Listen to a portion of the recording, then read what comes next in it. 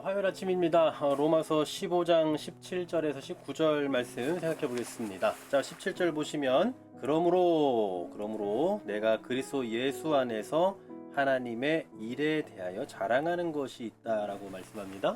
자, 앞서 우리가 지난주에 생각해 봤던 그 16절 말씀이 이제 하나님의 복음을 감당하는 그 제사장 직분 뭐 이런 표현을 했었잖아요.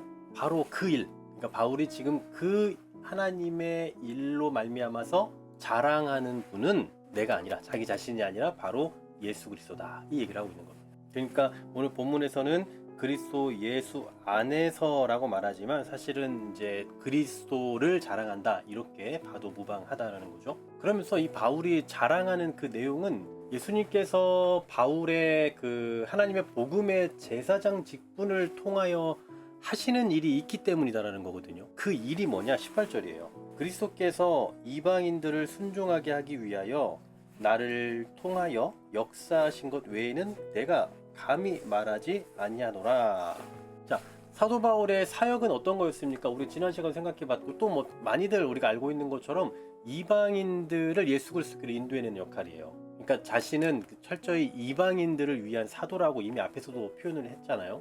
바로 바울이 이방인들에게 이렇게 집중적으로 복음을 전한 것은 저 이방인들이 예수 그리스도를 믿고 순종하도록 하기 위한 것이다 라고 다시 이야기하는 겁니다. 뭐 물론 당연한 얘기겠죠. 그런데 또 누군가는 이 사도 바울의 사도성에 의심을 품는 자들 같으면 뭐 인기 얻으려고 하는 거 아니냐, 뭐 어떻게 저 사람들을 뭐 구워 삶으려고 하는 거 아니냐, 뭐 다양한 표현들을 또 생각들을 할 수 있을 거 아닙니까? 그런데 그렇지 않다. 나는 오직 하나님께 순종할 수 있도록 하기 위해서 하는 거다라는 것을 드러내고 있죠. 그러면서 그 일을 뭘로 했냐면요, 그 일은 말과 행위로 했대요. 뭐 말은 당연히 바울이 복음을 전파한 걸 말로 했을 테니까요. 그럼 행위는 뭐냐면 아마 두 가지 가능성이 있어요. 하나는 복음을 전하는 행위, 복음도 그냥 어떤 그 표현이라는 것이 있으니까 행위가 될 수 있지 않겠습니까? 바로 그런 행위를 의미한다고 볼 수 있고, 또 하나는 섬기는 행위다, 또 이렇게 보는 분들도 있어요. 자, 뭐가 됐든 말과 행위로 이방인들에게 복음을 전했다라는 겁니다. 자, 거기에 이어서 이제 19절 말씀도 보십시오. 표적과 기사의 능력으로 또 성령의 능력으로 이루어졌으며 그리하여 내가 예루살렘으로부터 두루 행하여 일루리곤까지 그리스도의 복음을 편만하게 전하였노라. 자, 표적과 기사. 그 당시에 표적과 기사는 이제 놀라운 일들이죠. 하나님의 권능을 나타내는 겁니다. 그러니까 이 표적과 기사의 능력을 행했다라는 것은 사도 바울이 사도라는 것을 드러내 주는 거예요. 하나님의 쓰임을 받는 자다라는 거겠죠. 그리고 그것을 이제 성령의 능력으로 행했다. 뭐 이것도 두 가지 정도 해석이 있긴 한데 뭐 이렇게 봐도 무방할 것 같습니다. 자, 중요한 것은 이렇게 해서 이 복음이 전파가 되는데 그것이 어떻게 되었다고요? 편만하게 전했대요. 편만하다, 채우다라는 뜻이잖아요. 근데 이것은 아마도 이 복음을 채운다라는 게 사실은 조금 추상적인 표현이니까 마쳤다라고 이해하는 것도 괜찮을 것 같아요. 즉 그리스도의 복음이 하나님의 계획을 따라서 사방으로 뻗어나간 거죠. 바로 그 역할 중에 하나를 이제 사도 바울이 했다라는 겁니다.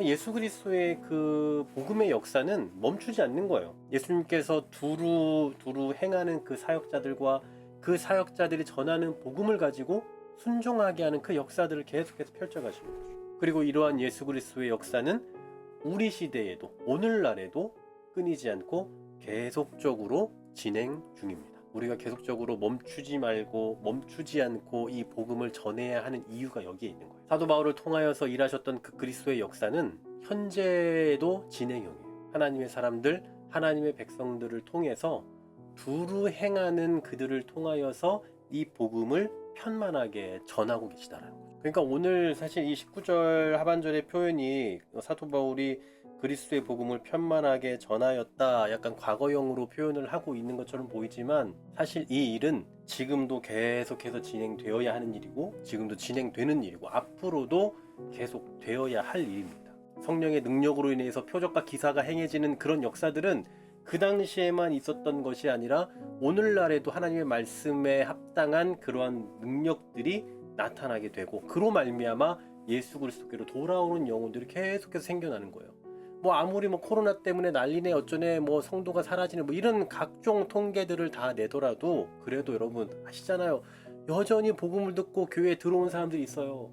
여전히 복음을 듣고 회복되는 영혼들이 있다고요. 이게 바로 오늘 이 19절 하반절의 내용이 지금도 진행 중에 있다라는 증거가 아닐까 싶습니다. 예수 그리스도의 복음은 편만하게 전해졌지만 지금도 전해지고 있고 앞으로도 전해질 것입니다.